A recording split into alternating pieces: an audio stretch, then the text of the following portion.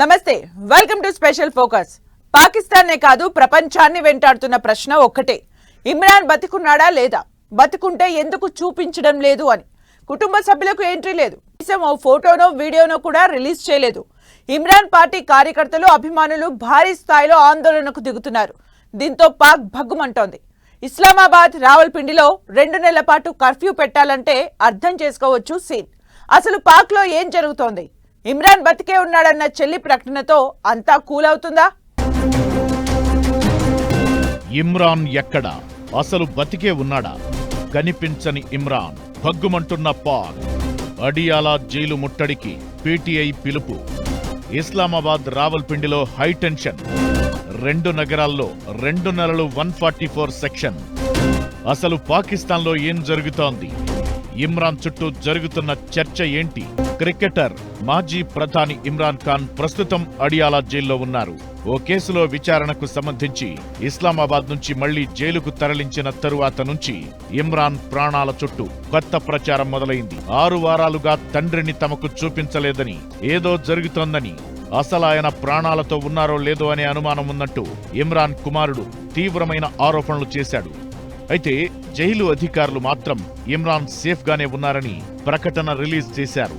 అయితే అదే నిజమైతే ఇమ్రాన్ బతికి ఉన్నట్లు ఆధారాలు చూపించాలని ఆయన ఫ్యామిలీతో పాటు పీటీఐ కార్యకర్తలు డిమాండ్ చేస్తున్నారు. నవంబర్ 26న ఇమ్రాన్ చనిపోయారనే ప్రచారం మొదలు కాగా అది రోజు రోజుకు ఉద్ధృతమవుతోంది. దీంతో ఇమ్రాన్ అభిమానులు, పార్టీ కార్యకర్తలు భారీగా రోడ్డెక్కుతున్నారు. దీంతో పాకిస్తాన్ భగ్గుమంటున్న పరిస్థితి. ఇమ్రాన్ ఖాన్ ఆరోగ్య పరిస్థితి, నిర్బంధంపై రకరకాల ఊహాగానాలు వినిపిస్తున్నాయి. దీంతో ఆయన మద్దతుదారులు భారీ నిరసనకు సిద్ధమవుతున్నారు. ఇమ్రాన్ చనిపోయారంటూ ప్రచారం మొదలైన తరువాత పాక్ లో పరిస్థితి ఒక్కసారిగా మారిపోయింది. వేర్ ఈజ్ ఇమ్రాన్ ఖాన్ అంటూ సోషల్ మీడియా హోరెత్తిపోతోంది. ఇమ్రాన్ కుటుంబం, పీటీఐ కార్యకర్తలు భారీ స్థాయిలో ఆందోళనలకు దిగుతున్న పాక్ ప్రభుత్వం మాత్రం పెద్దగా పట్టించుకున్నట్లు కనిపించడం లేదు.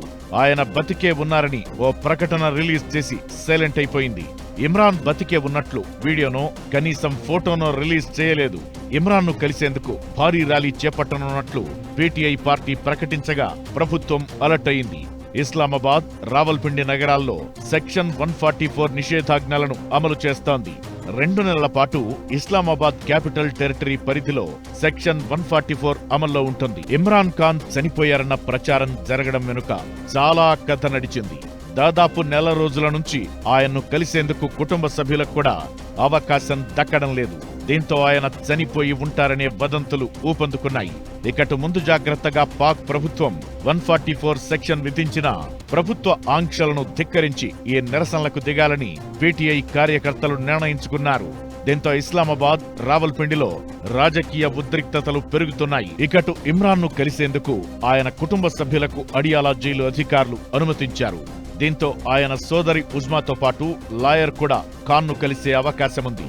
అయితే ఈ ములాఖత్ ముగిశాక సోషల్ మీడియాలో ఎలాంటి పోస్ట్ చేయొద్దని ఆమెకు పాక్ ప్రభుత్వం షరతు విధించినట్టు తెలుస్తోంది. ఇమ్రాన్ శారీరక, మానసిక ఆరోగ్యంపై ఎలాంటి సమాచారం బయటకు పొక్కినా రాజకీయ ఉద్రిక్తతలు తలెత్తే అవకాశం ఉండడంతోనే ఈ నిర్ణయం తీసుకున్నట్టు తెలుస్తోంది. దీంతో టెన్షన్ మరింత పెరిగింది. ఇకటు నవంబర్ మొదట్లో ఇమ్రాన్ నుంచి ట్వీట్ వచ్చింది. ఆ తరువాత ఎలాంటి సమాచారం లేదు. దీంతో ఇమ్రాన్ సురక్షితంగా ఉన్నారా అనేది బయటి ప్రపంచానికి తెలియాల్సిన అవసరముందన్న డిమాండ్ పెరిగిపోయింది. పీటీఐ పార్టీ శ్రేణులతో పాటు రాజకీయ వర్గాలు, ఇటు జనాలు షహబాజ్ షరీఫ్ ప్రభుత్వంపై ఒత్తిడి పెంచారు. దీంతో కుటుంబ సభ్యులను కలిసేందుకు అనుమతించాలని నిర్ణయించారు. 2023 ఆగస్టు నుంచి ఇమ్రాన్ ఖాన్ అడియాలా జైల్లో ఉన్నాడు. బలూచిస్తాన్ రెబెల్స్ కు చెందిన ట్విట్టర్ ఖాతాలో ఆయన చనిపోయారంటూ ఓ పోస్ట్ కనిపించింది.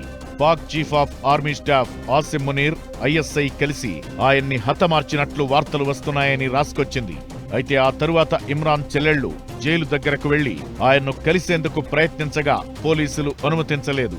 అక్కడ మొదలైన రచ్చ ఇంకా కంటిన్యూ అవుతూనే ఉంది. ఇమ్రాన్ ఖాన్ బతికి ఉన్నాడా లేదా అనే డిస్కషన్ నడుస్తూనే ఉంది.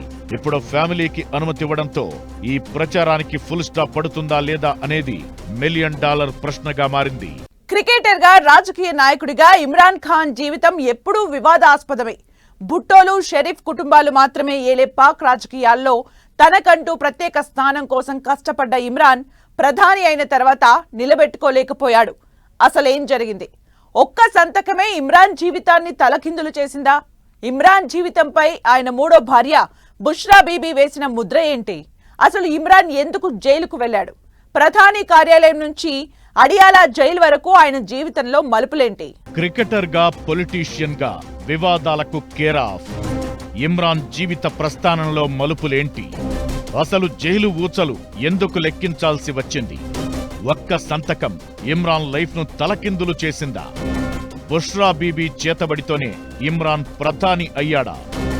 ఇమ్రాన్ ఖాన్ జీవితంలో ఉన్న వివాదాలేంటి? పాకిస్తాన్ కు వన్డే వరల్డ్ కప్ అందించిన ఏకైక కెప్టెన్ ఇమ్రాన్ ఖాన్. క్రికెటర్ గా ఆయనకుండే క్రేజ్ వేరే లెవెల్. ఆ ఫాలోయింగ్ తోనే రాజకీయాల్లోకి రావాలి అనుకున్నాడు, వచ్చాడు కూడా. 1952 అక్టోబర్ 5న లాహోర్లో జన్మించిన ఇమ్రాన్ ఖాన్ చదువుతో పాటు క్రికెట్ పై ఆసక్తి ఉండేది. అదే ఆయన్ను మంచి క్రికెటర్ను చేసింది. 1971లో ఇంగ్లాండ్తో టెస్ట్ మ్యాచ్తో ఇంటర్నేషనల్ క్రికెట్లోకి ఎంటర్ అయిన ఇమ్రాన్ పాక్ మొదటి ప్రపంచ కప్ అందించాడు. ఇమ్రాన్ గొప్ప ఆల్రౌండర్. 1982 నుంచి 1992 వరకు ఆయన పాక్ జట్టు కెప్టెన్ గా ఉన్నారు. ఆయన నాయకత్వంలో పాకిస్తాన్ 1992లో తొలిసారిగా ప్రపంచ కప్ ను గెలిచి చరిత్ర సృష్టించింది. ఈ విజయం తరువాత ఆయన క్రికెట్ నుంచి రిటైర్మెంట్ ప్రకటించారు. ఆ తరువాత రాజకీయాల్లోకి ప్రవేశించారు. 1996లో పీటీఐ తెహ్రీక్ ఇన్సాఫ్ పేరుతో పార్టీ పెట్టాడు. షరీఫ్, భుట్టో కుటుంబాలు ఏలుతున్న పాక్ రాజకీయాల్లో తనకంటూ ప్రత్యేకమైన పేజీ ఉండాలని కలలుగన్నాడు. కట్ చేస్తే ఇమ్రాన్ ఖాన్ ను రాజకీయమే కాదు, పాక్ జనాలు, మీడియా కూడా పెద్దగా పట్టించుకున్నట్లు కనిపించలేదు. ఇమ్రాన్ ఎఫ్ఐఆర్ల గురించి చర్చించారే తప్ప ఏనాడు పొలిటికల్ గా ఆయనకు మైలేజ్ వచ్చింది లేదు. ఇక్కడే ఇమ్రాన్ లైఫ్ కీలక మలుపు తిరిగింది. ఇమ్రాన్ ఖాన్ జీవితంలోకి బుష్రా బీబీ వచ్చింది. సూఫీ విధానాలను ఫాలో అయ్యే ఆమె ఒక ఫెయిత్ హీలర్. వీళ్ళిద్దరి మధ్య పరిచయం స్నేహంగా మారి ఆ తరువాత అది పెళ్లికి దారి తీసింది. 2018లో బుష్రా బీబీని రహస్యంగా మూడో పెళ్లి చేసుకున్నాడు ఇమ్రాన్. అదే ఏడాది జరిగిన ఎన్నికల్లో పీటీఐ పార్టీ ఘన విజయం సాధించింది. పాక్ 22వ ప్రధానిగా ఇమ్రాన్ ఖాన్ ప్రమాణ స్వీకారం చేశాడు. అయితే ఇమ్రాన్ ఖాన్ ప్రధాని కార్యాలయం వెళ్ళాక అక్కడి విధానాలే మారిపోయాయనే చర్చ ఉంది. బుష్రా బీబీ రకరకాల పూజలు, బ్లాక్ మ్యాజిక్లు చేసేవారంటూ అప్పట్లో పాక్ లో జరిగిన ప్రచారం అంతా ఇంతా కాదు. ఇది నిజమా ప్రచారమా అన్నదెలా ఉన్నా ఇది ఇమ్రాన్ కెరీర్ కు మచ్చగా మారింది. సైన్యం మద్దతుతోనే ఇమ్రాన్ ప్రధానయ్యారనే టాక్ ఉంది. అయితే అదే సైన్యంతో ఆ తరువాత విభేదాలు వచ్చాయి. ఇదే ఇమ్రాన్ పతనానికి కారణమైంది. ఐఎస్ఐ చీఫ్ నియామకం విషయంలో సైన్యానికి ఇమ్రాన్ కు మధ్య దూరం పెరిగింది. దీంతో అతని మీద అవిశ్వాస తీర్మానం పెట్టగా ఏప్రిల్ 10, 2022న దానికి ఆమోదం లభించింది. దీంతో ప్రధాని పదవి నుంచి ఇమ్రాన్ ను తొలగించారు. ఇమ్రాన్ ఖాన్ కున్న పేరు, ఆయనకున్న బ్యాక్గ్రౌండ్ చాలా లైట్గా చూసేవాడు. ఆర్మీ జనరల్స్ అందరినీ అది కూడా ఇష్టం లేదు. మిగతా రాజకీయ నాయకులు ఏంటంటే వీడు బలపడిపోతున్నాడు, వీడు ఎక్కువైపోతాడు, కొద్దిగా ఆనెస్ట్గా ఉన్నాడు, వాళ్ళు కూడా తీసేయడానికి సహించారు. నో కాన్ఫిడెన్స్ మోషన్ పెట్టి తీశారు. ఆ విషయంలో అమెరికా, పాకిస్తాన్ సైన్యం, మిగతా ఇతర దేశాలు, తర్వాత భారతదేశానికి కూడా అది మంచిది కూడా అయింది. ఒక్క సంతకం ఇమ్రాన్ జీవితాన్ని తలకిందులు చేసిందా అంటే అవును అనే సమాధానమే వినిపిస్తుంది. 2019లో ఇమ్రాన్ పెట్టిన ఆ ఒక్క సంతకం 2025లో అతని ప్రాణాల మీదకు తెచ్చింది. అసలు బతికున్నాడో లేదో అనే అనుమానాలు వినిపిస్తున్నాయంటే ఇమ్రాన్ కు ఇలాంటి దుస్థితి పట్టడం వెనక 6 ఏళ్ల కింద ఈగో వార్ కారణమనే చర్చ నడుస్తోంది. ప్రస్తుత పాక్ ఆర్మీ చీఫ్ అయిన ఆసిమ్ మునీర్ 2019లో ఐఎస్ఐకి చీఫ్ గా ఉన్నాడు. అయితే ఇమ్రాన్ దగ్గరికి వెళ్లిన ఆసిమ్ మునీర్ ఇమ్రాన్ భార్య బుష్రా బీబీ, ఆమె స్నేహితురాలు చేస్తున్న అవినీతికి సంబంధించిన సాక్ష్యాలను టేబుల్ మీద పెట్టారు. మీ ఇంట్లోనే తప్పు జరుగుతోందని చెప్పాడు. దీన్ని అవమానంగా భావించిన ఇమ్రాన్ ఆగ్రహంతో ఊగిపోయి వెంటనే ఆసిమ్ మునీర్ ను ఐఎస్ఐ చీఫ్ పదవి నుంచి తొలగించారు.